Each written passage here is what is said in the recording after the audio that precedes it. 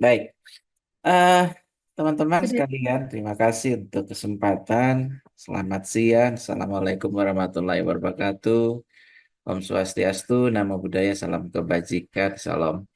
Baik, eh kita bicara mengenai quick respon terhadap maternal emergency. Ini kalau saya ingin katakan kepada kita semua bahwa selama suatu proses persalinan itu eh, ada potensi untuk terjadi kegawat daruratan.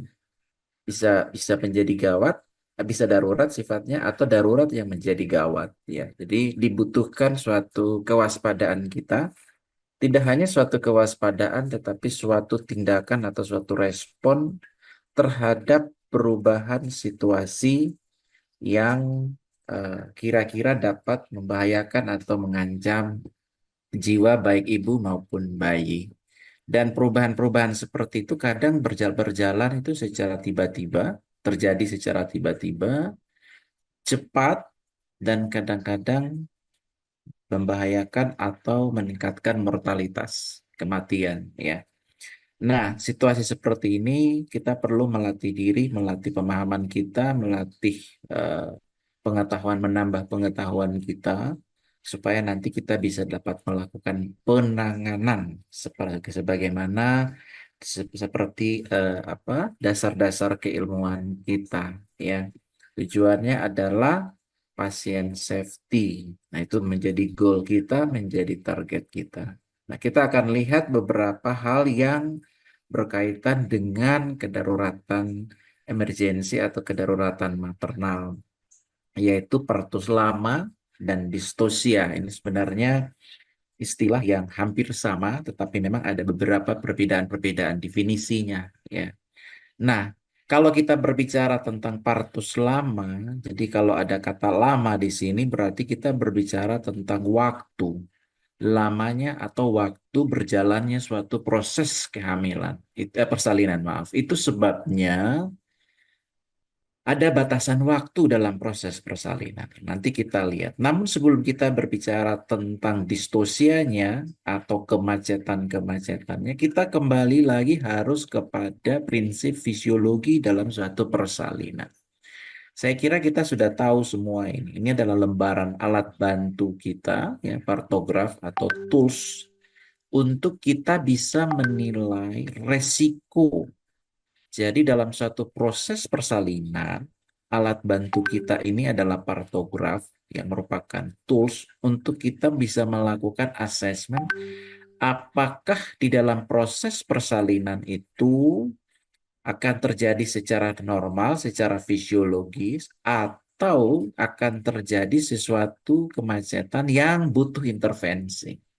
Ini satu lembar yang cukup bukan sederhana, tetapi komprehensif sekali untuk kita menilai suatu perjalanan persalinan.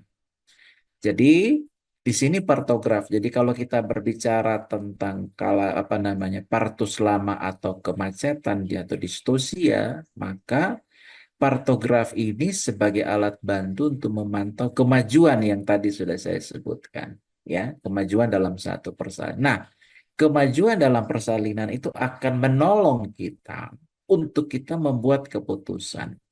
Apakah observasi dalam proses persalinan ini tetap terus berlanjut, ataukah kita harus melakukan tindakan intervensi terhadap kemacetan atau distosia yang terjadi pada suatu persalinan. Jadi, tujuan utama penggunaan partograf itu adalah satu mencatat hasil dan observasi dan kemajuan suatu persalinan. Di dalamnya ada proses persalinan yang berjalan. Jadi, proses persalinan itu yang kita pantau ya dengan grafik-grafik yang sudah kita tahu melalui partograf. Kemudian dari grafik itu kita bisa melihat prosesnya, kemudian kita membuat keputusan. Jadi observasi terhadap kemajuan dan proses sampai kepada satu keputusan. Apakah persalinan ini masih tetap kita observasi dalam pengawasan kita, dalam tindakan kita nanti, ataukah kita harus melakukan apa namanya intervensi, baik itu intervensi tindakan ataupun intervensi rujukan. Kalau terjadi di layanan primer, maka intervensinya adalah intervensi rujukan. Kalau terjadi di rumah sakit, intervensinya adalah intervensi tindakan. Itu dua hal yang berbeda yang harus betul-betul kita apa namanya waspadai atau kita amati di mana kita menolong, di mana tempat kita menolong suatu persalinan. Itu akan menentukan apa keputusan klinis kita. Nah, pencatatan kita mulai ya, kartografi itu selalu dimulai dengan fase laten. Tetapi kita tidak mencatat itu. Yang kita catat di dalam partograf menjadi kesepakatan kita adalah kalau suatu persalinan itu sudah masuk fase aktif. Fase aktif ditandai dengan apa? Adanya kontraksi yang ritmik yang teratur dalam waktu 10 menit 3 kali dengan kekuatan 40 detik. Jangan lupa pembukaannya adalah 4 cm, kemudian dengan penurunan bagian terendah dari janin. Nah, yang jadi problemnya adalah bagaimana cara kita secara terampil menilai evaluasi pembukaan dari suatu proses persalinan. Karena kita sepakati bahwa partograf itu baru mulai dicatat atau ditulis pada pembukaan 4 cm. Penilaian pembukaan itu subjektif itu tiap-tiap orang. Ya, jadi ada yang mungkin kesannya dia 4 cm, kemudian ada yang kesannya belum. Nah, ini yang nantinya akan berpengaruh dalam proses atau waktu lamanya persalinan. Jadi kita harus betul-betul terampil dan menilai apakah sudah masuk ke dalam satu fase aktif belum, sehingga partografnya mulai kita gunakan. Karena perhitungan distosia atau partus lama itu adalah mulai dicatat pada saat mulai kita tetapkan di dalam atau dicatatkan di dalam partograf.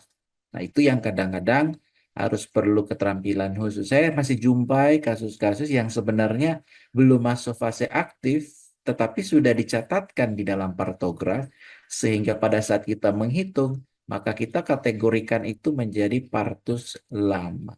Nah, kadang-kadang itu dianulir ya, artinya dikembalikan lagi kepada uh, uh, pemeriksaan yang terakhir dilakukan. Jadi kalau apa namanya dalam observasi di layanan primer sudah ditetapkan buka 4 dan patograf sudah dijalankan dalam 8 jam, kemudian tetap lagi dikatakan 4 cm, masih tetap 4 cm, maka kita sudah katakan itu sebagai suatu kemacetan ya, kemacetan atau distosia. Nanti kita lihat secara rinci lagi. Nah, di dalam kartografi itu saya kira kita sudah mengenal semua, tapi yang menjadi catatan kita, ingat ada catatan jamnya di sana. Itu yang penting sebenarnya, ya. Jadi kalau kita bicara partus lama atau distosia itu kita bicara tentang waktu yang waktu persalinan yang telah dilewati dari waktu persalinan normal, ya. Makanya kita harus catat ada pembukaan, ada penurunan kepala, ada kontraksi terus dengan simbol-simbolnya ya. Kemudian ada waktunya, ini yang menjadi catatan kita. Kemudian detak jantung dievaluasi dalam sekian menit, kemudian ketuban dievaluasi, molase dievaluasi. Artinya bahwa partograf itu adalah perjalanan waktu suatu proses persalinan. Jadi kapan kita katakan distus ya? Kalau melewati perjalanan waktu itu. Makanya saya selalu ingatkan kita untuk kembalikan semua proses persalinan itu kepada pencatatan patograf yang baik, yang benar, yang teratur, yang disiplin. Sehingga pada waktu kita membuat keputusan klinis, kita tidak menjadi salah di dalam membuat keputusan itu. Di dalam catatan partograf lengkap semua, ya tadi sudah disebutkan, tidak hanya keadaan ibu saja, kemudian tapi juga keadaan bayi dan jalannya proses persalinan itu ya. Jadi suatu catatan yang baik sekali. Nah, ini informasinya, ada identifikasi, jangan lupa ya, identifikasi ibu karena berkaitan dengan identifikasi bayinya juga ya, jangan sampai tertukar ya. Waktu, kemudian tanggal, kemudian situasi yang dihadapi gitu ya, apakah ketuban pecah atau tidak, kemudian kondisi bayi juga kita pantau, kemajuan pembukaan, bagian terendah yang turun, karena nanti distorsi itu kita bicara di sana. Ada power, ada passage, ada passenger, ada psikologi dan penolong ya. Tapi kita nanti bahas tiga saja. Jadi dari kemajuan persalinan ini kita akan menentukan distosianya itu akan terjadi dengan kemudian waktu dan ya waktu penilaian kita secara aktual setiap saat sesuai dengan SOP atau standar operasional yang kita punyai di masing-masing tempat pelayanan. Kontraksi uterus obat-obatan ya tadi sudah banyak disinggung. Tanda-tanda vital ya kemudian asuhan dan pengamatan dalam pengambilan keputusan klinis lainnya. Ya, jadi sekali lagi saya mau tekan kalau kita berbicara tentang kemacetan dalam persalinan atau partus lama, maka kembalikan dia pada alat ukurnya kita adalah partograf. Ya, jadi partograf kalau sudah terjadi apa namanya perjalanan yang mau yang harus sampai pada garis pengambilan keputusan, maka di situ pasti akan terjadi suatu distosia. Kemudian dicatat baik ya, di pemeriksaan dicatat ya. Kemudian kalau tidak dicatat artinya bahwa tidak dilakukan pemeriksaan pada partograf. Dan saya kira kita semua sudah sangat paham betul. Nah, ini contohnya dari partograf yang sudah dimuncul. Sekali lagi dimulai dari pembukaan 4. Kita mulai menghitung jalannya suatu waktu persalinan itu dari pembukaan 4. Yang normal seperti ini ya. Jadi dari jam pertama datang, kemudian pembukaannya meningkat, kemudian terjadi penurunan sampai terjadi persalinan dengan kontraksi yang baik. Tetapi ya ada saja bisa terjadi suatu perjalanan-perjalanan yang nanti akan kita lihat. Nah, seperti ini baik sekali, tapi kalau kita lihat beberapa kartograf seperti ini, pada bagian partograf yang pertama ini baik, normal. Yang kedua, ada problem kontraksi di sana. Ada pemanjangan atau ada penambahan waktu melewati garis tindakan. Nah, ini sudah kita katakan distosia. Demikian juga ya, kalau sudah melewati demikian juga gambar yang ketiga. Jadi sebenarnya kalau kita mau melihat partograf itu tidak hanya dari proses persalinan, tapi juga kita melihat apa yang sudah kita lakukan dan kita bisa melihat kira-kira apa yang menjadi penyebab distosia itu bahkan sampai kalau terjadi mortalitas. Di dalam satu audit maternal, kematian audit maternal, catatan pertama yang menjadi audit kita itu adalah catatan partograf. Ya, jadi teman-teman selalu diingatkan di mana saja, baik di layanan primer, di layanan sekunder, ya, ini harus menjadi concern kita. Nah, kalau kita sudah pahami betul mengenai partograf, baru nanti kalau kita berbicara tentang distosia, akan mudah bagi kita untuk membuat keputusan. Ya, jadi apakah suatu distosia itu persalinan abnormal yang ditandai oleh kelambatan atau tidak adanya kemajuan progresivitas proses persalinan dalam ukuran satuan waktu tertentu. Itu definisinya begitu ya. Ada yang menyebut persalinan yang sulit, partus tak maju, partus macet, partus lama dan sebagainya. Tetapi semua istilah ini bermuara atau mengarah kepada ukuran satuan waktu. Nanti kita lihat satuan waktu seperti apa dalam satu persalinan. Kriterianya bisa terjadi dalam fase skala 1 ataupun skala 2. Jadi seluruh proses persalinan itu bisa terjadi distosia. Kita tahu skala 1 dari pembukaan 3 sampai lengkap ya. Skala 2 adalah proses persalinan ya, pengeluaran janin. Nah, fase persalinan itu berhubungan dengan apa saja. Kalau kita lihat dari sisi serviknya, laten dimulai dari pembukaan 0 sampai 3. Kemudian ada akselerasi, pembukaan 3 menjadi 4, dan dilatasi maksimal, pembukaan 4 menjadi 9. Fase dilatasi maksimal ini yang harus mulai kita catatkan di dalam partograf. Karena di sini ada batasan waktu yang harus kita amati. Kemudian akan terjadi fase deselerasi, di mana pembukaan lengkap sampai bayi lahir. Itu dari sisi pembukaan atau dari sisi serviknya. Sekarang kriteria satuan waktu, laten 8 jam. Akselerasi tadi ya kita lihat akselerasi adalah pembukaan 3 sampai 4 cm itu adalah 2 jam.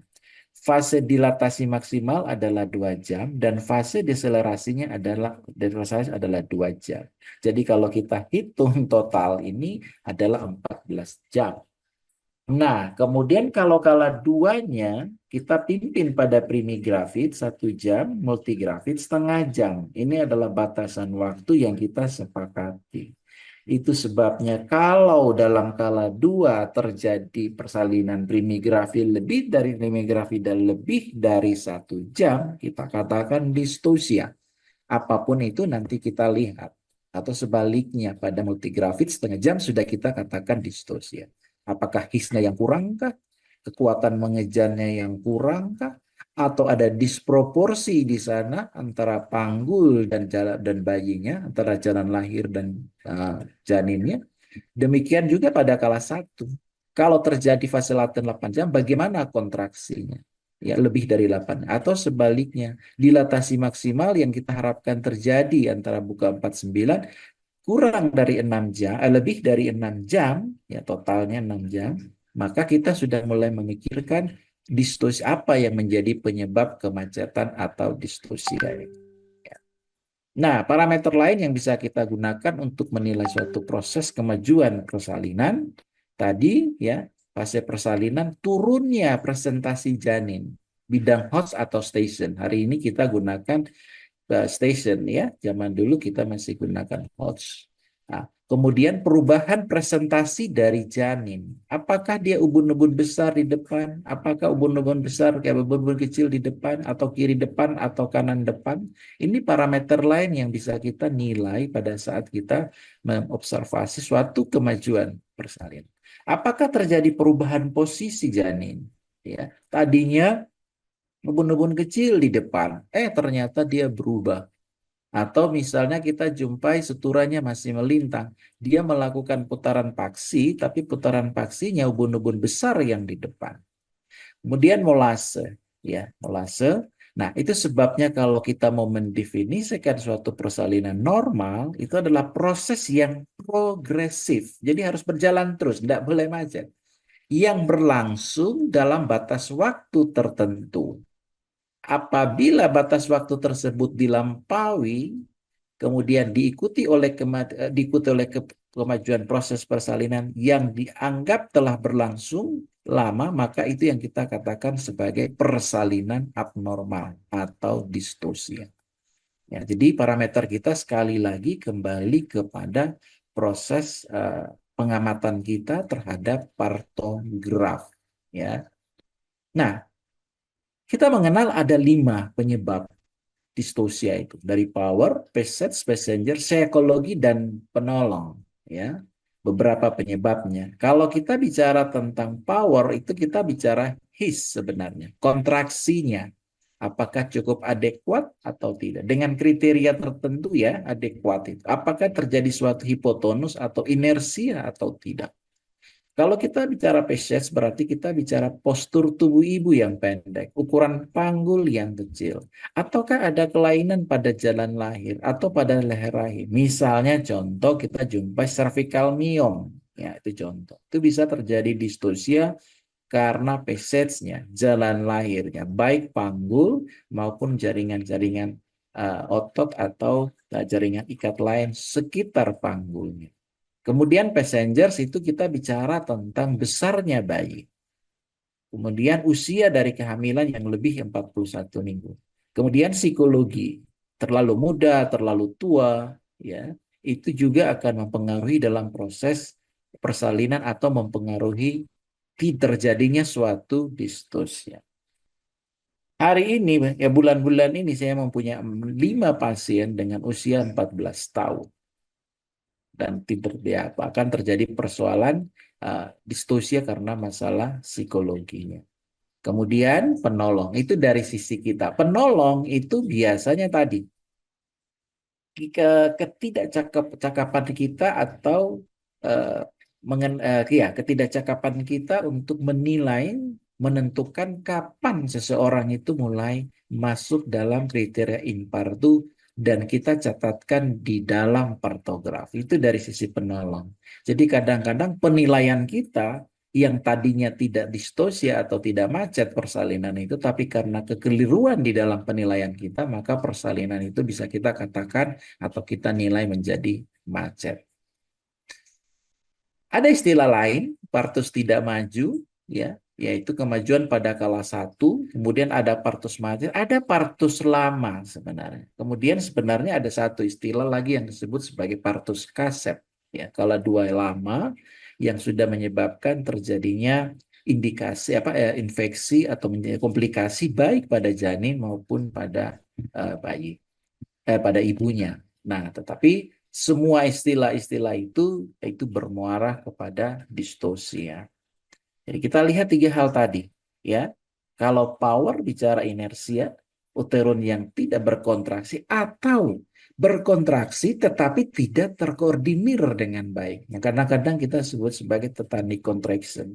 Nah, itu biasanya itu contoh yang paling gampang kalau kita melihat inersia karena ini apa nama incoordinate uterine contraction itu pada saat kita mau melakukan ripening menggunakan prostaglandin. Itu sebabnya ada beberapa rekomendasi tidak dianjurkan, tapi ada beberapa rekomendasi tetap dianjurkan dengan dosis yang rendah. Penggunaan prostaglandin pada ripening serviks, melunakkan serviks, tetapi mempunyai efek terhadap kontraksi yang tidak terkoordinasi. Gampang terjadi pratus precipitatus, ya, kemudian mudah terjadi perdarahan dan sebagainya. Kalau persoalan PSETS atau jalan lahir, ada memang panggul yang sempit, ya, kemudian ada ukuran kepala yang lebih besar dari panggul, misalnya pada makrosomia atau pada hidrosefalus, ya, karena ukuran kepala bayi yang besar, itu bisa terjadi distosia atau tumor jalan lahir, serviks yang rigid, yang kaku, nah itu bisa terjadi distosia. Kemudian passengersnya, ada letak lintang, ada letak sungsang, ada presentasi dahi, presentasi muka, presentasi ganda. Nah, ini yang kita dapatkan dari pemeriksaan dalam tadi yang perubahan pada presentasi. Perubahan pada presentasi bayi itu akan menyebabkan terjadinya distosia. Bayi besar, hidrosefalus, bahkan anencefal pun bisa terjadi distosia, kemacetan. Kenapa anencefal? Karena tidak akan terjadi putaran paksi luar di sana. Ya, kita tahu bahwa batok kepala janinnya tidak ada, ya gimana kita mau melakukan, bagaimana mau melakukan terjadi suatu putaran paksi dalam proses gerakan-gerakan kardinal persalinan. Nah, ini kemudian kalau power ada yang primer, ada yang sekunder, ya. Primer itu memang dari awal, sekunder itu dari awal memang sudah terjadi inersia uteri atau terjadi hipotonus uteri. Tetapi kalau sekunder itu biasa kita jumpai pada fase akselerasi. Misalnya buka 8, buka 9, mau buka lengkap kok terjadi perubahan powernya, terjadi penurunan inersia uteri pada power kontraksinya, itu yang disebut sebagai sekunder, ya. Nah, psikologi itu dari sisi pasiennya, usia, kehamilan yang tidak diinginkan dan sebagainya. Nah, kalau itu terjadinya primer, muncul waktu his masih belum adekuat, sekunder yang awalnya adekuat kemudian melemah seperti yang saya jelaskan tadi. Tetapi kalau terjadi hipertonik uteri yang kontraksinya itu inkoordinasi, ya, sehingga menyebabkan hisnya terlampau kuat, yang terjadi seperti partus precipitatus yang berlangsung kurang dari 3 jam, akan terjadi robekan pada jalan lahir dan ruptur uteri. Ya, HPP karena ruptur. Bahkan kadang-kadang juga bisa terjadi atonia karena tidak terkoordinasinya kontraksi yang baik. Ya. Nah, inkoordinasi ini akan menyebabkan uterus kontraksi yang berubah-ubah dan tidak merata. Padahal kita tahu bahwa kontraksi yang baik itu adalah kontraksi yang dimulai dari fundus. Sehingga akan menekan bagian dari isthmus atau bagian cervicalnya, bisa terjadi pembukaan dan penurunan kepala. Nah, ini sertia artery, intervensi kita apa? Hal yang pertama harus diperhatikan adalah pemeriksaan dalam untuk mengetahui, ya, mengetahui apakah pembukaannya seperti apa, penurunan seperti apa, dan evaluasi panggulnya seperti apa. Pada saat kita memutuskan untuk memperbaiki inersianya dengan pemberian oksitosin, maka pastikan dulu panggulnya harus normal. Ya, tidak ada kumor di sana, tidak ada pada disproporsi di sana, ya. Kalau kita sudah curiga bahwa distosianya, hisnya menghilang karena ada proses CPD, karena ada panggul sempit, maka pilihan persalinan bukan lagi dengan memberikan obat uterotonika, tetapi dengan tindakan operatif. Itu pilihannya begitu. Jadi sekali lagi bahwa di dalam partograf itu kalau kita bisa menilai dengan baik, maka kita bisa membuat keputusan klinik dengan baik. Jangan selalu mengira bahwa inersia uteri itu pilihan utama adalah perbaikan dengan pemberian oksitosin atau uterotonika. Evaluasi dulu. Benar enggak? Penurunannya seperti apa? Ya, kalau di pembukaan 8 kemudian kita lakukan, kita dapatkan bahwa terjadi inersia uteri, kita evaluasi, kalau penurunannya itu masih di station min 3, min 2, hati-hati. Apakah terjadi suatu disproporsi di sana? Makanya kalau mau melakukan suatu oksitosin drip atau suatu pemberian suatu ototonika, pastikan bahwa tidak terjadi disproporsi atau tidak terjadi atau panggulnya normal.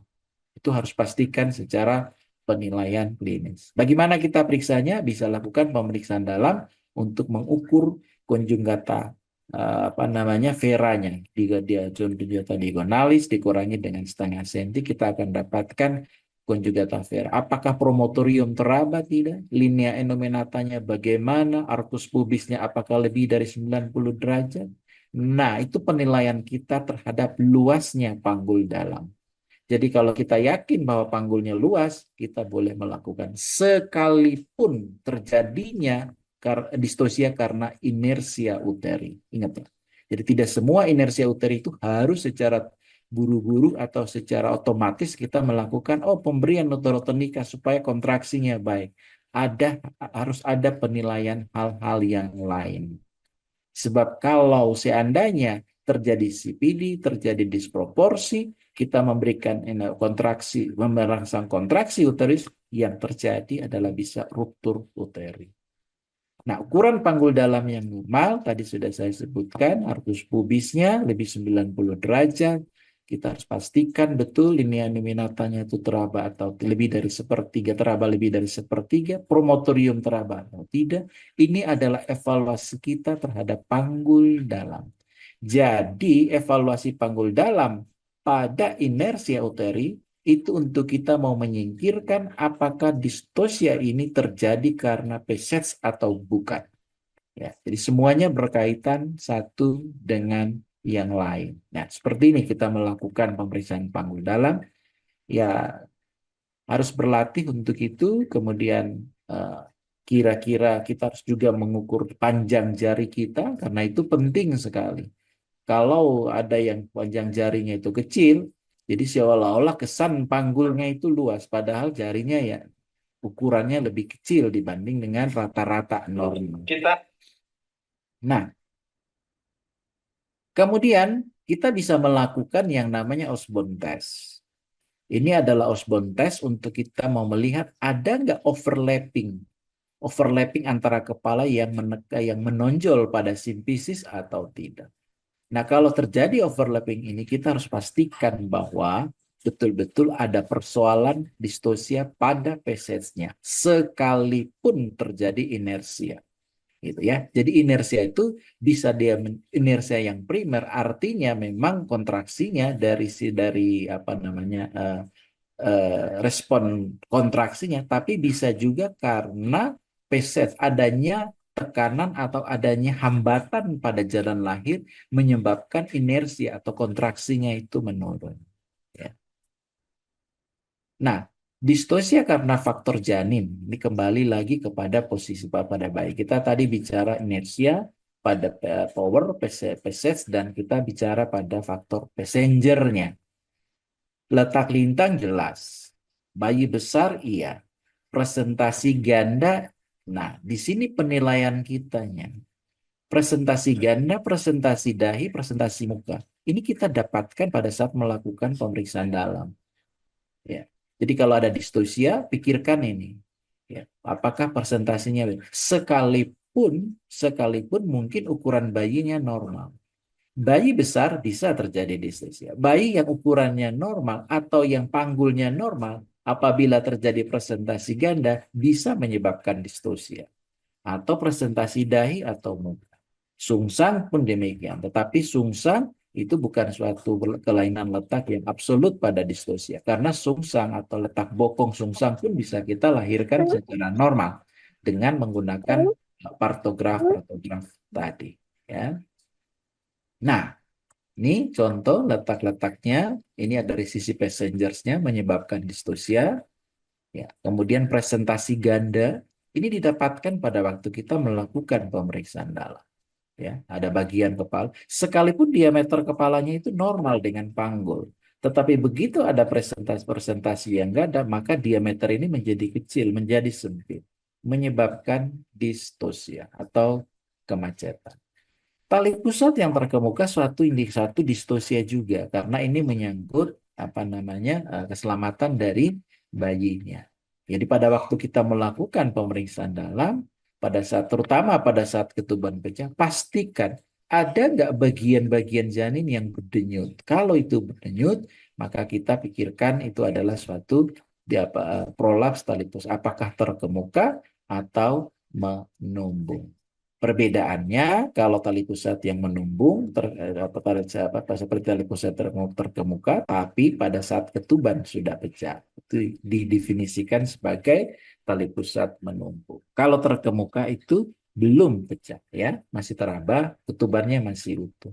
Ini istilah yang membeda. Jadi kalau menumbung itu artinya pecah ketuban. Itu sebabnya salah satu indikasi kapan kita melakukan periksa dalam kalau kita dapati ibu mengeluh keluar air ketuban. Harus dilakukan periksa dalam untuk mengevaluasi apakah bisa terjadi distosia pada bayi karena tali pusat yang menumbung.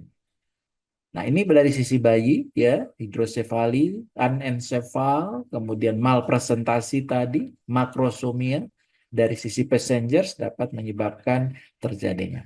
Kemudian malposisi, ubun-ubun besar di depan, kanan kiri depan, ya. Idealnya atau normalnya adalah ubun-ubun kecil yang di depan, ya. Left occipit posterior, right occipit posterior, ini adalah malposisi. Selain tadi presentasi ganda dapat menyebabkan distosia karena passengersnya.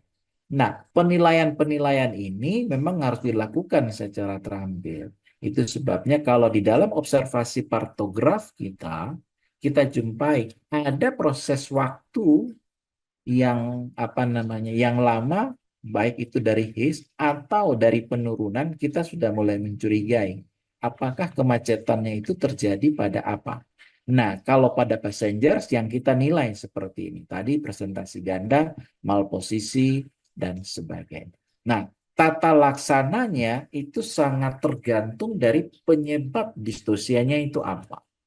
Tadi sudah saya katakan kalau inersia uteri, tata laksananya adalah kita memberikan rangsangan atau memberikan otorotonika.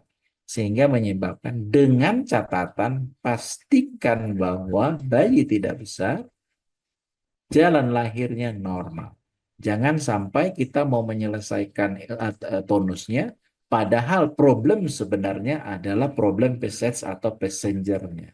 Itu pengambilan keputusan yang nanti akan berbahaya, baik bagi ibu, bagi janin, dan bagi kita sebagai seorang penolong, karena kita akan dinilai tidak cakap di dalam membuat suatu penilaian klinis terhadap distosia. Dua penilaian partogram secara adekuat. Di situ akan kita menilai. Nah, kalau terjadi distosia pada layanan primer, maka persiapan dan stabilisasi rujukan itu penting sekali. Atau kalau terjadi di layanan sekunder seperti di rumah sakit, maka pengambilan keputusan kita kalau persalinannya tidak bisa berlanjut secara partograf untuk persalinan normal, maka persalinan itu menjadi persalinan buatan dengan operasi. Kita hanya mengenal dua persalinan itu, alami secara fisiologi atau secara abdominal, ya. Secara fisiologis, secara pervaginan bisa dengan vakum ekstrasi pun atau bisa dengan forceps ekstrasi, ya. Jadi hanya dua tipe persalinan. Nah, penilaian kita terhadap jalannya suatu proses persalinan itu akan menentukan tindakan apa yang akan kita lakukan apabila terjadi distosia. Baik, itu mengenai materi yang pertama. Saya lanjutkan dengan materi yang kedua yang juga merupakan apa namanya kedaruratan di dalam bidang obstetri. Ya. Apakah saya terlalu cepat ataukah cukup? Cukup, Dok. Ya, oke. Yang berikut, yang kedua, kita berbicara mengenai kedaruratan juga. Quick response terhadap maternal emergency pada kasus-kasus placenta previa dan solusio atau abrupsio placenta. Nah, kita berhadapan dengan persoalan perdarahan. Ya, kalau abrupsio apa solusio placenta atau placenta previa yang sudah terjadi perdarahan, maka kita sudah kategorikan sebagai suatu kegawat daruratan maternal. Ya, kalau tadi kita bicara mengenai distosia distosia atau partus lama, itu kita berbicara mengenai proses persalinannya. Tetapi kalau kita bicara perdarahan antepartum, itu kita bicara patologi kehamilan. Jadi kalau patologi kehamilan, salah satunya adalah placenta previa maupun solusio placenta. Ini definisi dari kegawat daruratan. Dokter, izin, Apapun itu. slide-nya belum muncul Siap? atau memang belum Oh, slide-nya slide-nya belum muncul. muncul? Oh, sebentar. Maafkan. Maafkan, coba saya. Oh iya, maaf. Saya salah. Oke. Ya, Hmm. Saya salah. Maaf, maaf, maaf, maaf, maaf. Oke. Kelihatan sekarang? sudah dokter, sudah. Oke, ya, oke. Jadi konsep kita bicara sekarang mengenai placenta previa dan solusio placenta dalam quick response maternal emergency. Bagian dari kegawat daruratan maternal selama masa kehamilan. Kalau tadi kita bicara distosia itu proses persalinannya. Kalau kita bicara perdarahan antepartum atau ya antepartum bleeding, kita bicara mengenai kegawat daruratan masa kehamilan. Sama-sama mempunyai potensi kegawat daruratan dengan tingkat morbiditas dan mortalitas yang tinggi. Kalau kita tidak mewaspadai dan melakukan intervensi yang baik untuk menanganinya. Definisinya seperti ini, ya, situasi yang mengancam jiwa yang terjadi dalam praktek obstetri atau kebidanan kita bersifat tidak terduga, berkembang sangat cepat, relatif jarang terjadi, tetapi seringkali fatal bagi ibu dan bayi dan kondisi ini bisa muncul kapan saja selama siklus maternitas seseorang. Jadi maksudnya selama seseorang memilih menjadi hamil, maka dia akan masuk di dalam pengawasan kegawat daruratan maternal kita seperti ini. Datanya ada, nanti kita lihat. Nah, proses perjalanan ibu yang hamil melahirkan itu seperti ini. Ya, saya kira ini harus kita betul-betul pahami dan kita ada di mana. Kalau kita ada di akses layanan produk mandiri, maka di sini yang penting adalah transport, waktu tempuh, biaya pendampingan. Karena apa? Kalau terjadi kegawat daruratan, pasti kita melakukan rujukan. Pada level di puskesmas, kesiapan kompetensi, kemudian SDM, protap, supervisi, monitoring, pembiayaan, dan sebagainya, paling tidak dalam layanan level tingkat pertama primer ini, sudah ada tindakan stabilisasi yang adekuat dilakukan di sana. Kemudian harus pikirkan juga sistem rujukan transportasinya, alur di dalam transportnya untuk bisa sampai ke rumah sakit untuk tindakan-tindakan definitif. Di dalam rumah sakit sendiri butuh kesiapan. Itu sebabnya kita itu mengenal adanya PONET dan PONEK. Ya, PONET emergensi dasar, maternal dasar, PONEK adalah emergensi yang komprehensif. Ya. Jadi problem kehamilan dan persalinan tadi, kalau ada persoalan di level layanan primer, itu sampai kepada layanan tersiernya, itu sudah harus tuntas, diselesaikan dengan baik. Ya. Jadi dalam praktek kebidanan kita harus betul perhatikan kita ada pada posisi atau level layanan yang mana. Kalau kita ada pada posisi dan level layanan pada praktek mandiri, maka kita perlu persiapkan, mempunyai akses, mempunyai apa namanya prosedur, mempunyai alur yang baik kalau terjadi kegawat daruratan tadi. Demikian puskesmas dan seterusnya. Jadi tujuan akhirnya adalah supaya mengurangi atau meniadakan eh, mortalitas dan morbiditas. Nah, kita lihat ini saya menyebutnya pathway kematian. Kehamilan itu kira-kira 85% itu ya terjadi normal berdasarkan partograf tadi yang tidak mengalami distosia apapun sebabnya tadi.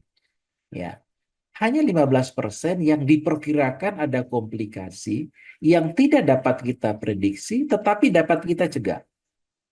Itu lagi nanti kita bicara ulang lagi mengenai masalah ANC ya. Kemudian, nah kita lihat kalau persalinan yang tadi 85% itu menjadi normal, menjadi baik, ya ibunya sehat, bayinya sehat, di komplikasinya tidak ada. Nah, yang menjadi perhatian kita itu adalah 15% ini. Di sini pemanfaatan penolong persalinan terampil di fasilitas kesehatan. Tadi sudah saya katakan. Kemudian kualitas pelayanan, pencegahan komplikasi, identifikasi komplikasi, pertolongan pertama pada komplikasi, dan stabilisasi sebelum rujukan. Poin ini ada di layanan primer. Kalau terjadi di layanan primer, kemudian lakukan efektivitas rujukan yang baik, kemudian akses dan waktu yang tepat sampai kepada layanan rumah sakit yang berkualitas, harapan kita adalah ibunya selamat. Ini ada siklus. Jadi ada 85% yang normal-normal saja sesuai dengan partograf kita, tapi ada 15% yang betul tensi kita. 15% ini. Ya. Nah, sekarang kita lihat bagaimana supaya 15% ini kita bisa dapat dicegah, ya, dapat diidentifikasi, dapat diprediksi, yaitu tadi kita harus fokus kepada layanan antenatal yang sudah saya singgung tadi. Kalau kita bicara dapat diprediksi, artinya dapat diprediksi dini dan dapat dicegah, artinya bahwa kita sudah melakukan screening yang baik. Promosi kita, identifikasi kita, potensi-potensi yang kira-kira akan berhubungan dengan proses persalinannya, ambil contoh. Kalau seorang ibu hamil pertama datang dengan beratnya tinggi badan 138 cm, 138 cm itu merupakan suatu indikasi, suatu potensi bahwa akan terjadi kegagalan di dalam proses persalinan.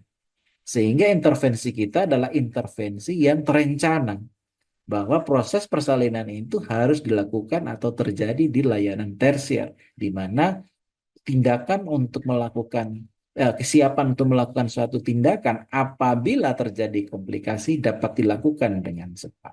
Mempersiapkan persalinan dengan baik, ya. Dan yang penting poin keempat itu adalah membaca tanda-tanda emergensi dalam suatu proses persalinan atau kehamilan. Kalau kita bicara placenta previa, maka itu kita berbicara tentang sesuatu yang dapat kita prediksi dengan menggunakan USG tadi kan. USG sudah menolong kita untuk bisa memprediksi kira-kira apakah akan terjadi suatu potensi perdarahan pada placenta previa atau tidak. Karena belum tentu placenta previa terjadi perdarahan. Kalau terjadi perdarahan, masuk ke dalam kategori kegawat daruratan. Jadi poin kita adalah bahwa untuk 15% yang mengalami komplikasi, maka kita mulai dari mana? Mulai dari fokus pada antenatal, kemudian kita fokus kepada stabilisasi, penanganan komplikasi dan stabilisasi, serta sistem rujukan yang baik. Itu kalau terjadi di layanan primer. Tapi kalau itu misalnya kita terjadi di layanan sekunder di level rumah sakit, maka rumah sakit itu harus mempunyai kualifikasi PONEK. Kualifikasi PONEK itu artinya punya pelayanan 24 jam, ada bank darah, ya, kalau untuk kasus-kasus perdarahan, ada tenaga yang siap untuk melakukan tindakan dalam 24 jam, kemudian ada pendukung yang lain. ya, ada spesialis yang lain, ada apa namanya penunjang yang lain. Itu kalau kita berbicara tentang PONEK di situ, pelayanan obstetri emergency neonatus yang komprehensif. Jadi fokus kita ada di sini kalau kita berbicara tentang gawat daruratan. Nah, mari kita lihat perdarahan pada antepartum. Kita sepakati bahwa antepartum perdarahan itu 20 lebih dari 22 minggu. Ya. Kurang dari itu dikategorikan masih sebagai abortus. Yang paling sering terjadi itu adalah placenta previa, kemudian solusio placenta. Nah, perdarahan yang ada juga perdarahan-perdarahan yang belum jelas sumbernya, yaitu perlukaan jalan lain.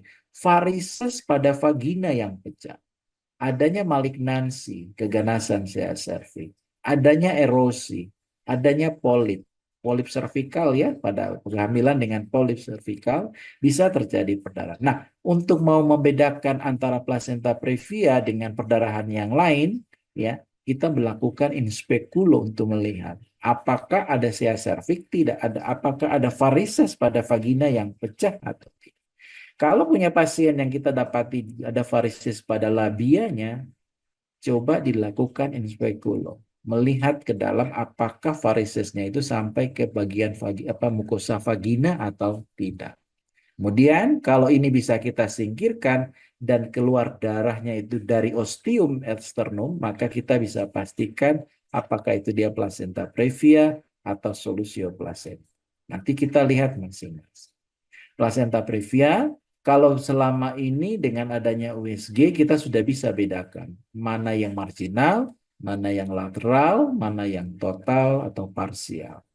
Ya, kalau zaman dulu hampir kita sulit mendeteksi itu sebelum banyak sekali USG digunakan. Kalau terjadi perdarahan, maka yang kita lakukan adalah perabaan fornix. Tapi sampai hari ini hal seperti itu sudah tidak dilakukan lagi. Nah, ini adalah gambaran-gambaran kalau terjadi placenta previa. Nah, hari ini kita mempunyai pasien dengan bekas operasi yang cukup banyak. USG menolong kita untuk membantu kita untuk apabila kalau terjadi perdarahan ataupun sebelum perdarahan dalam ANC kita, kalau kita melakukan USG, kita jumpai ada plasenta yang insersinya pada skar operasi seksio sebelumnya, maka itu akan berpotensi untuk menjadi apa yang disebut sebagai placenta spectrum accreta disorders, PSAD. Ya, ini kira-kira dalam 1 bulan ini saya sendiri pun ikut dalam TOT PSAD yang dikeluarkan, yang diselenggarakan oleh Kemenkes. Karena memang kasus-kasus ini semakin banyak. Itu sebabnya teman-teman di layanan primer, salah satu cara untuk kita identifikasi dan kita cegah, kalau mempunyai pasien yang bekas seksio, mintakan untuk pastikan untuk dilakukan pemeriksaan USG.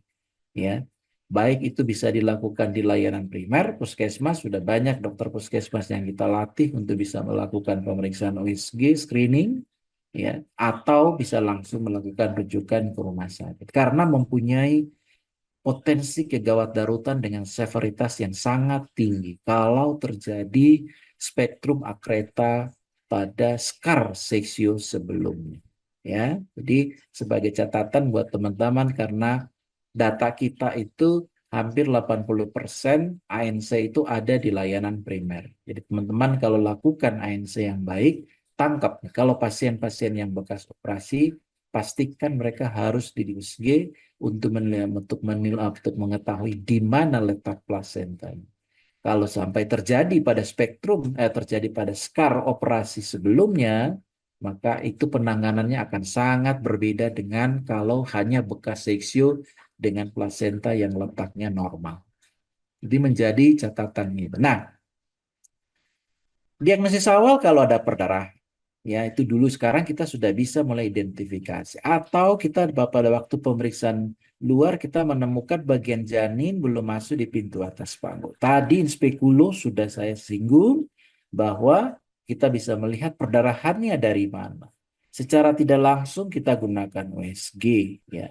Perabaan fornix juga, tapi sudah tidak boleh dilakukan karena memang perlu teknik, perlu tindakan yang betul-betul gentle karena berisiko justru malah terjadi perdarahan kalau plasenta previa.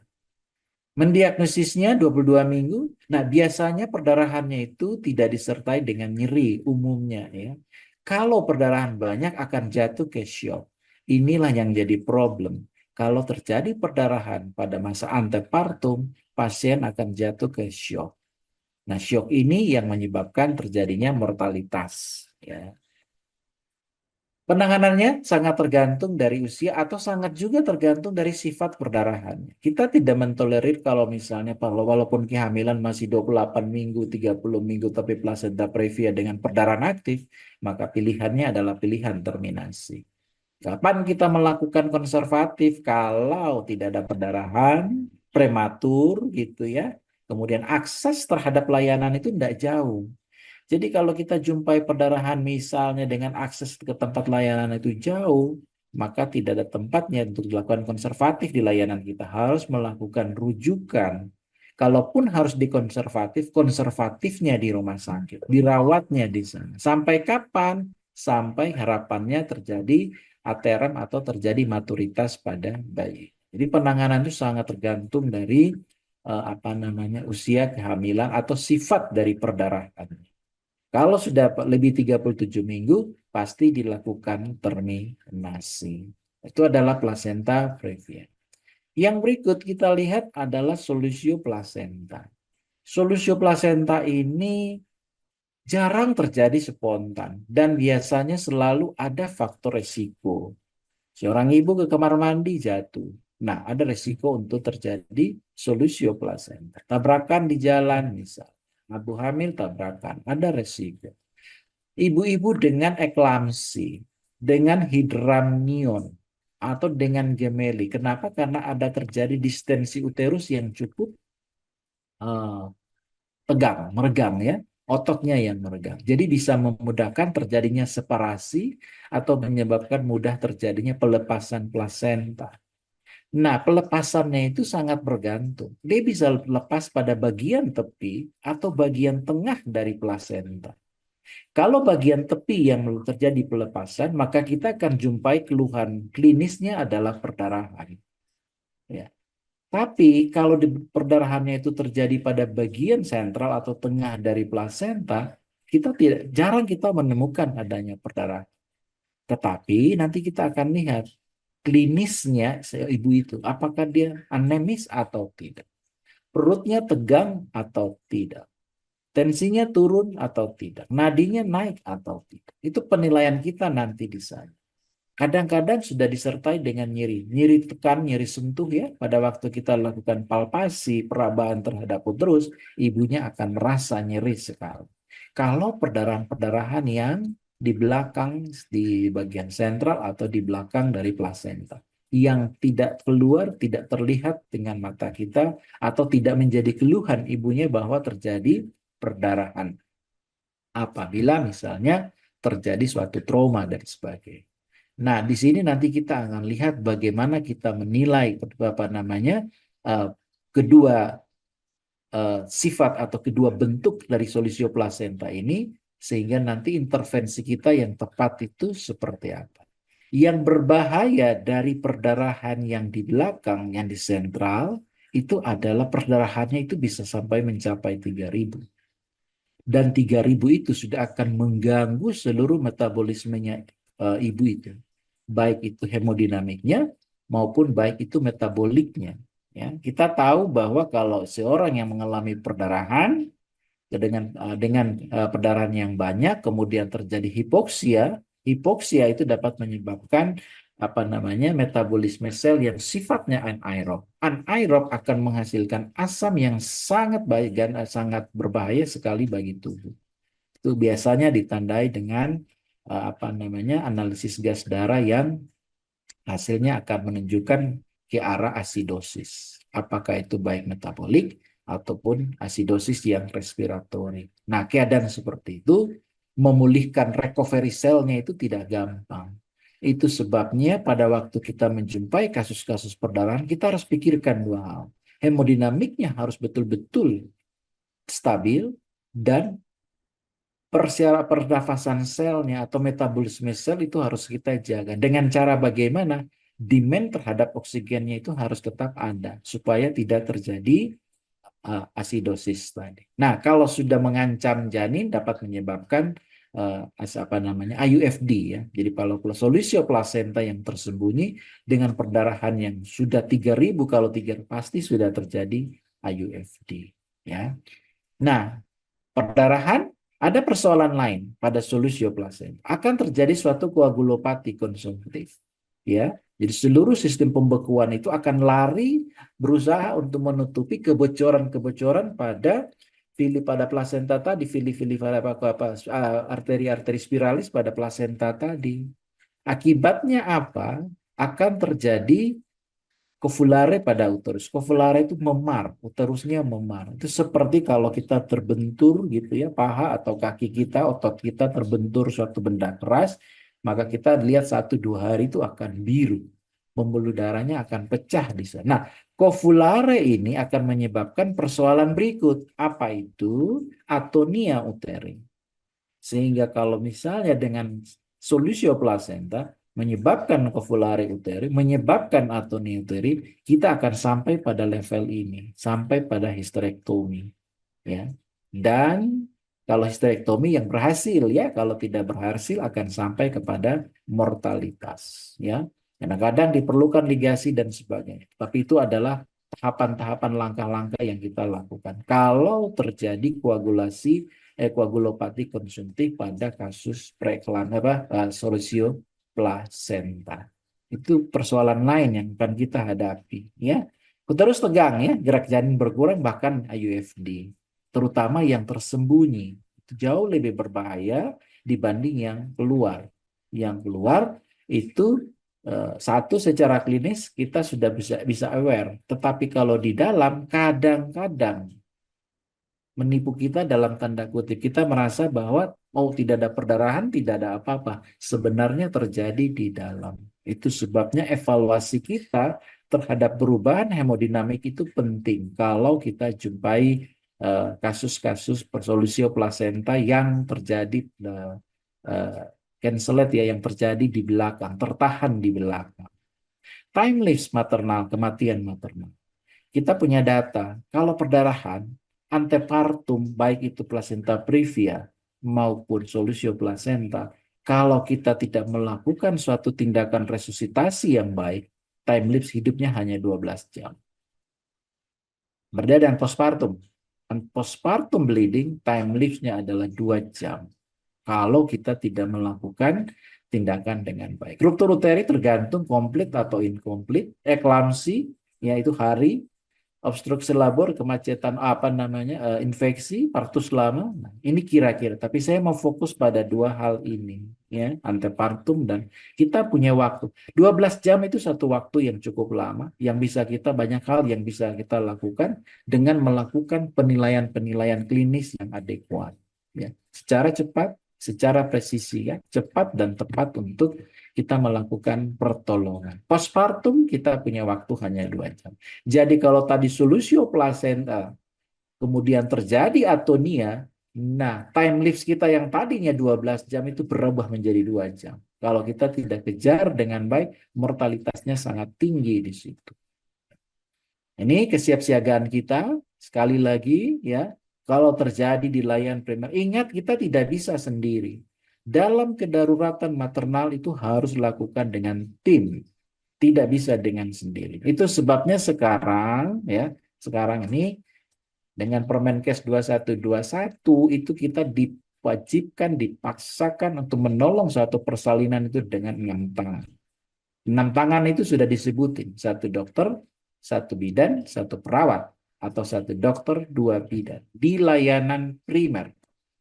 Ya. Besok tanggal 23, 28 sampai tanggal 30 saya akan menerima UJT Matneo dari Kemenkes untuk memberikan pelatihan mengenai penanganan kegawat daruratan di 5 ponet. Ya, jadi sekarang ini sudah mulai apa namanya dikondisikan untuk kita harus berada pada posisi atau situasi itu. Minta tolong ya, posisikan nanti kita lihat, perhatikan jalur pernafasan, pemasangan infus dua line karena kehilangan darah, maka yang diperlukan pertama itu adalah cairan pengganti dan oksigenasi yang cukup supaya tadi dua hal. Satu, hemodinamiknya vital apa hemodinamiknya tetap normal dan tidak terjadi gangguan metabolik atau respirasi sel yang menyebabkan asidosis. Pemberian oksigen dan pemberian cairan, dua hal itu akan membantu atau menolong untuk tidak terjadi komplikasi lebih lanjut. Ya, pencegahan emergensi dan kesiapan emergensi, ya. Sekali lagi, prosedur-prosedur ini ya tetap harus ada di dalam setiap layanan kita. Ya, baik itu di layanan primer maupun layanan tersier, sekunder maupun tersier. Jangan lupa untuk selalu melakukan simulasi emergensi. Nah, kadang-kadang kita itu terlena karena mungkin kasusnya hampir tidak pernah ada. Tetapi kalau kita tidak melakukan simulasi entah 6 bulan sekali, entah 1 tahun sekali, kita akan lupa dengan setiap prosedur ABCD-nya yang kalau terjadi suatu kedaruratan obstetri. Kita bisa mengambil teladan dari para pemadam kebakaran. Sekalipun tidak ada kejadian kebakaran, tetapi mereka secara rutin itu melakukan simulasi-simulasi. Bahkan sampai kepada simulasi kalau mereka jumpai kebakaran di tempat-tempat yang sulit. Nah, itu mereka bisa melakukan simulasi seperti itu. Itu suatu kebiasaan yang baik yang bisa kita tiru. Ya. Perlu ada tim di sini. Kalau di rumah sakit kita punya tim code blue namanya, ya. Itu semua orang terlibat. Itu sebabnya persalinan sekarang yang terjadi di layanan primer itu persalinan yang tidak boleh dilakukan hanya dengan 2 tangan. Dulu 4 tangan, sekarang diminta harus 6 tangan. Ada dokter, ada bidan, dan ada perawat di sini. Mengenal respon, mampu mengenali masalah dan respon awal, ini sangat penting. Tadi kita berbicara tentang distosia. Di dalam partograf itu, kalau kita menilai dengan baik, kita bisa mengenali masalah dengan melihat apa yang ada di dalam kemajuan partograf. Kemudian kita bisa memberikan respon awal. Sehingga nanti kita terampil mengambil satu keputusan klinis, memahami psikologi, mendukung dukungan keluarga dan sebagainya. Itu siap siaganya gitu. Apabila terjadi, nah di sini yang penting bagi kita, kaji kembali secara cepat. Apakah syok atau tidak? Datang ibu dengan solusio plasenta dalam keadaan syok. Maka posisikan ibu dengan posisi agak miring 30 derajat ya karena hamil. Berbeda dengan kalau tidak hamil dan atau perdarahan pasca salin itu tidak miring 30 derajat, tapi kaki bagian ekralnya, bagian ekstremitas bawahnya harus lebih tinggi dari kepala. Pada ibu hamil tidak demikian. Quick check, respon yang cepat. Apa yang terjadi pada ibu? Tensi turun, nadi cepat, anemis. Tidak ada perdarahan, denyut jantung hilang. Yang pertama kita pikirkan itu adalah solusio plasenta. Tensi turun, ibunya pucat, nadi cepat, DJJ-nya hilang. Itu tanda-tandanya bagi kita. Pikirkan adalah solusio plasenta. Kalau denyut jantung sudah tidak ada, berarti bayinya sudah meninggal, maka fokus kita adalah membuat ibu itu menjadi stabil, sehingga dia bisa survive melewati keadaan solusio plasenta yang ibu itu alami. Itu fokus kita di sana. Ya. Kalau bayinya masih ada, bayi juga menjadi fokus kita. Dengan cara kita menstabilisasi keadaan ibu. Penilaian awal kedaruratan ini kita perhatikan betul. Tandanya apa? Seperti ini. Kesadaran baik, kejang, perdarahan, kesakitan, pandangan kabur kalau sadar ya. Tapi kalau datang dengan sudah tidak sadar, maka penilaian kita harus segera tangani. Cek, quick cek cepat. Apa yang menjadi persoalan? Ibu jatuh di kamar mandi kemudian pingsan. Tensi turun, nadi turun, DJJ hilang.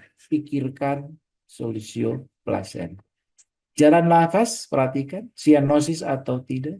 Dia sedang hamil tidak, sadar atau tidak. Ini adalah quick respon kita, quick check kita terhadap kegawat daruratan pada ibu. Sehingga nanti kita bisa membuat pilihan atau keputusan tindakan apa apa yang harus kita lakukan atau tindakan apa yang harus kita intervensi.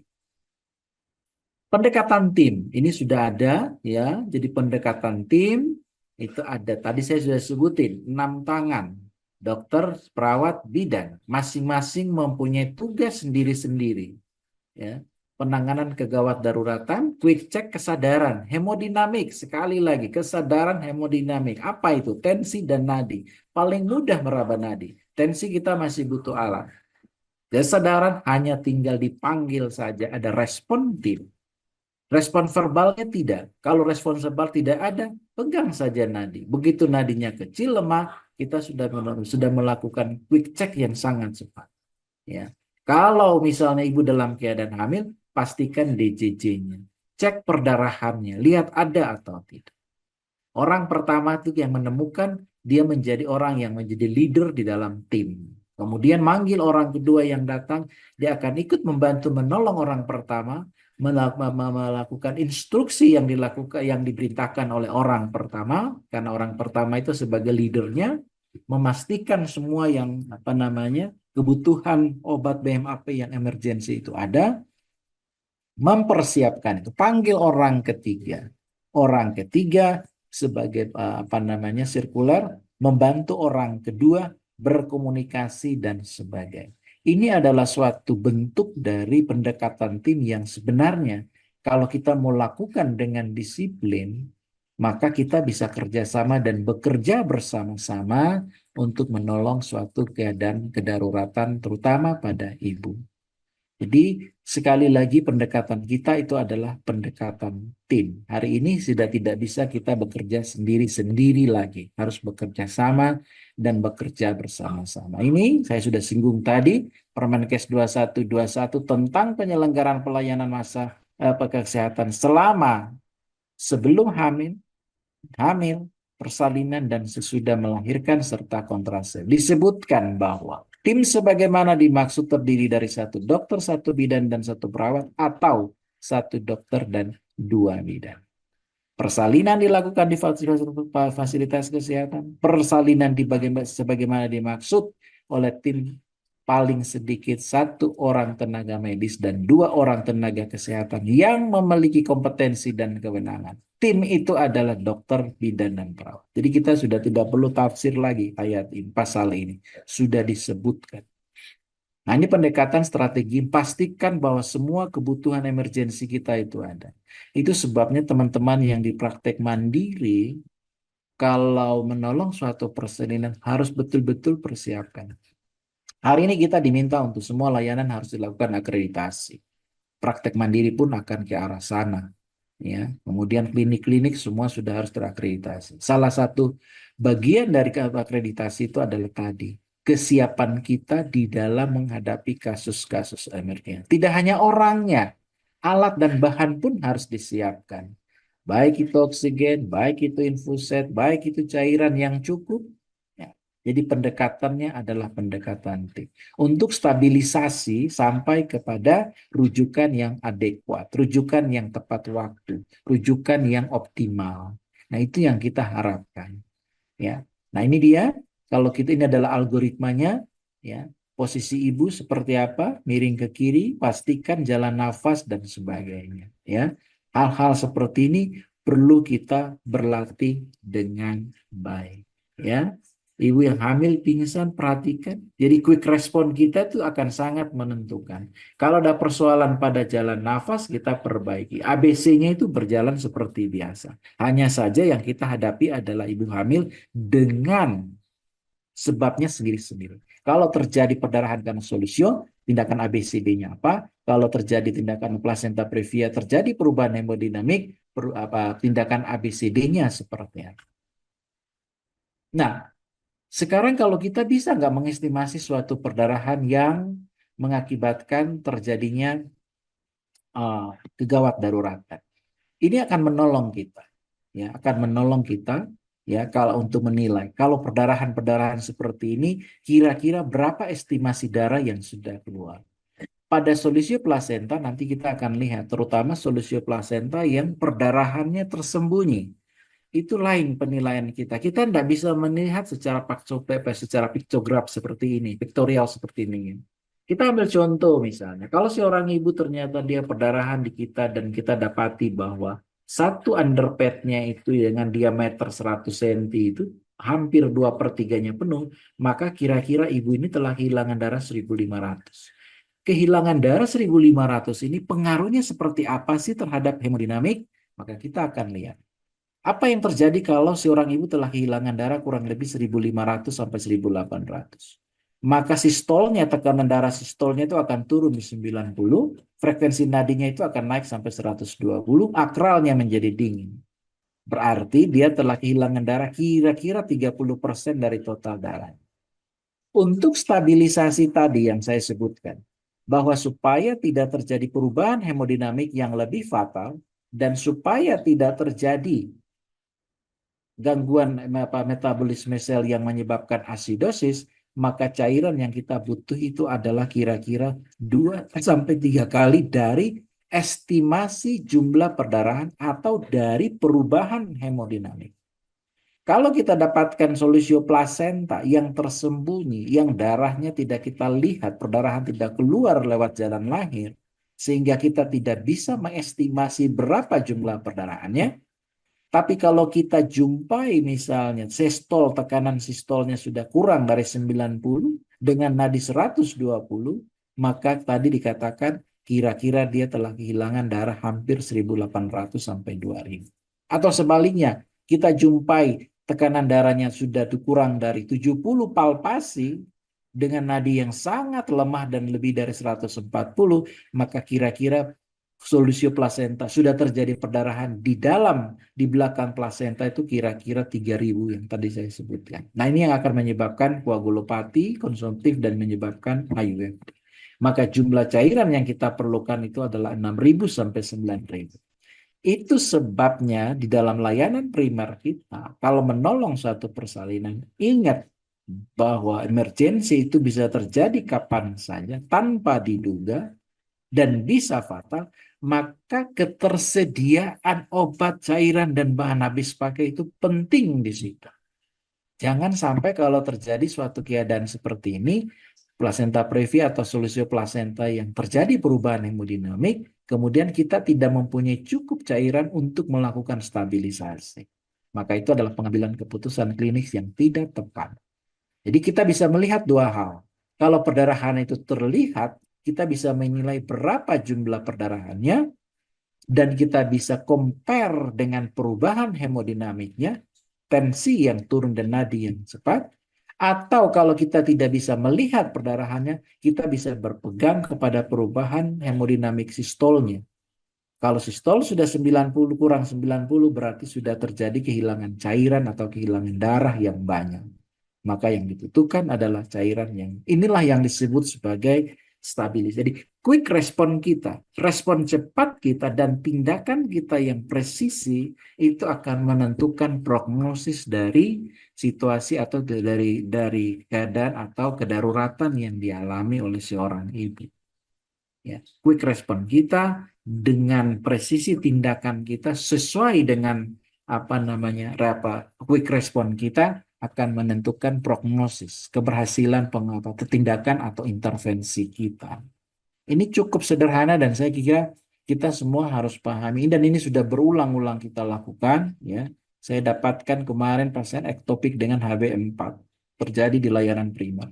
Kami ditelepon di Ponek, saya pandu untuk melakukan resusitasi, pasien sampai di rumah sakit dalam keadaan stabil. Jadi begitu pasien datang, dalam waktu 5 menit sudah langsung menuju kamar operasi.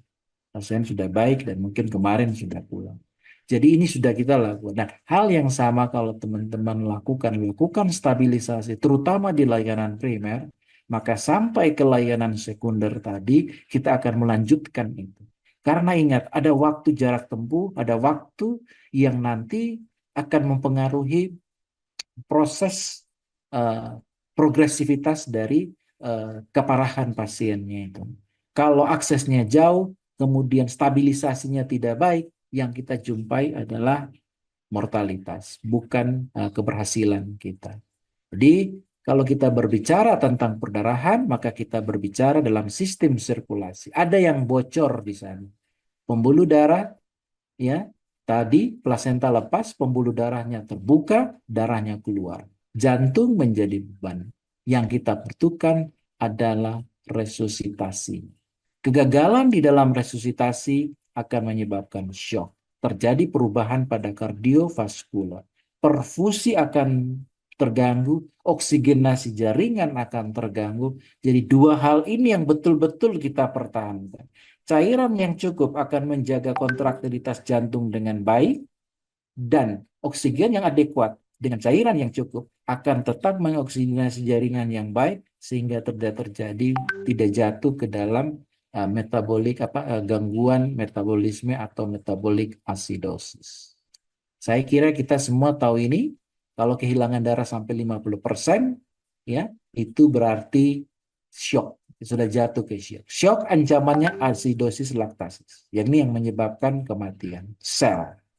Shock di sini kita harus angkat kembali sampai ke 100% atau paling tidak kita angkat sampai dia hipotensi. Pada saat terjadi hipotensi sudah mulai terjadi tahikardi dan vasokonstriksi. Itu yang kita jumpai nanti nadi yang cepat dan lemah. Itu sebabnya kalau pada waktu shock kita tidak melakukan resusitasi yang baik akan jatuh ke gagal jantung. Jadi kegagalan jantung itu sebenarnya suatu akibat dari suatu hipotensi atau suatu shock hemoragik suatu hipovolemik yang lama. Jadi bukan karena gagal jantungnya, tapi karena perdarahan. Kausa dari suatu kematian itu karena perdarahan tadi. Gagal jantung itu adalah bagian akibatnya, tapi bukan bagian dari sebabnya. Ya, jadi resusitasi cairan yang adekuat untuk menangani shock hipovolemik atau karena perdarahan kita katakan sebagai shock hemoragik.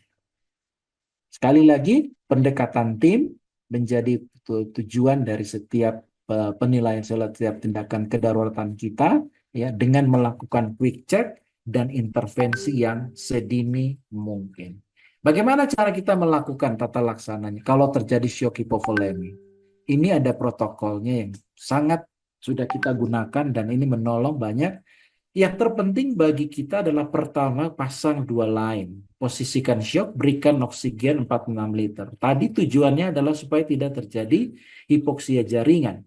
Oksigenasi sel akan berjalan dengan baik. Posisikan shock, kita pasang dua line, dapatkan kalau bisa dengan evoket yang besar. Kalaupun tidak, gunakan yang kecil, tetapi pastikan bahwa tidak boleh hanya satu.